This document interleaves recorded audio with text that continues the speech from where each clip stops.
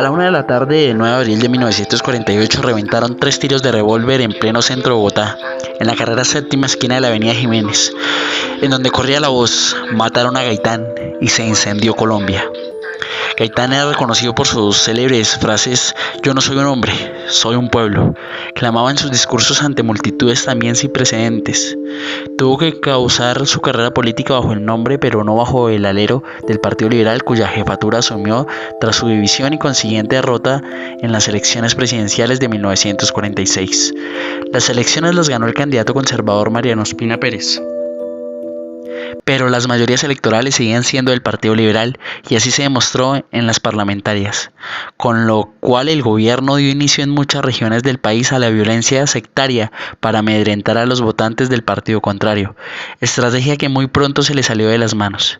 Gaitán, ya como jefe único del liberalismo, fue el encargado de organizar la resistencia civil y en los primeros tiempos pacífica, que llegó a su clímax el 7 de febrero de 1948 con una imponente manifestación de silencio que llenó a rebosar la Plaza Bolívar. Allí Gaitán, sin vivas ni gritos de las decenas de miles de manifestantes reunidos, dueño tanto de la palabra como de los silencios, pronunció una breve y sobria oración por la paz, en la que le pedía al presidente paz y piedad para la patria. Gaitán hablaba con el pueblo y hablaba como el pueblo. Por lo primero le temían las clases dominantes, a las que denunciaba bajo el nombre de oligarquías, y lo segundo se le reprochaban en ellas como un indicio de mala educación.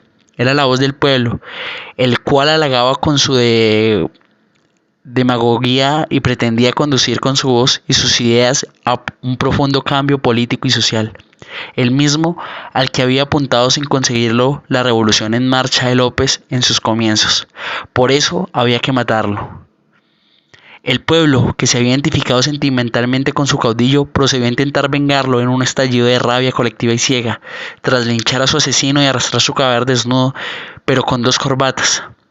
Nadie describió sus colores, aunque hubiera sido de justicia poética que hubieran sido una azul y una roja, por las calles hasta el Palacio Presidencial de la Carrera.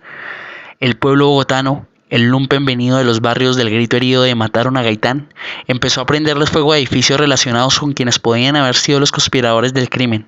Edificios del gobierno, los ministerios, el Palacio de San Carlos dispuesto para recibir la conferencia panamericana. De los curas incendiaron el Palacio Arzobispal y varias iglesias. De los godos incendiaron el periódico El Siglo y la quinta de Laureano Gómez en Fontibón. Incendiaron también, sin motivo aparente, los tranvías de transporte urbano y de servicio público. Era la sublimación del país nacional contra el país político de que tantas veces había descrito en sus discursos el líder asesinado. Asaltaron las ferreterías en busca de machetes y herramientas y licoreras en busca de licor. Muchos policías se sumaron a la revuelta y repartieron armas. Se abrieron las cárceles y escaparon los presos. Aparecieron francotiradores en las azoteas de los edificios. Se multiplicaron los incendios y saqueos. Y se saltó sobre la ciudad amotinada un tremendo aguacero. Fueron al palacio entre balas a conferenciar con el presidente conservador Mariano Ospina Pérez para proponerle, entre cortesías mutuas y zalemas, la reanudación de la rota Unión Nacional, y pidieron también su renuncia. Y Ospina se negó con la famosa frase: "más vale un presidente muerto que un presidente fugitivo". Así fue lo que la prensa internacional llamó el Bogotazo. Pero el asesinato de Gaitán no tuvo repercusiones solamente en Bogotá, sino que provocó algaradas y disturbios en otras ciudades y pueblos del país. En Cali, en Medellín, en Ibagué, en el centro petrolero de Barrancabermeja, en el pueblo de Armero, los amotinados lincharon a un sacerdote a quien se acusaba de incitar a la violencia contra los liberales y de ser por consiguiente responsable del asesinato de su jefe. A cabo de 2 días de caos y habiéndose puesto de acuerdo los dirigentes liberales y los conservadores para sofocar la zona antes de que se tomara proporciones revolucionarias y borracha la gente bajo la lluvia, todo se acabó con 2 o 3 mil muertos arrojados a fosas comunes en los traspatios del cementerio central. Nunca se supo si en vida habían sido liberales o conservadores.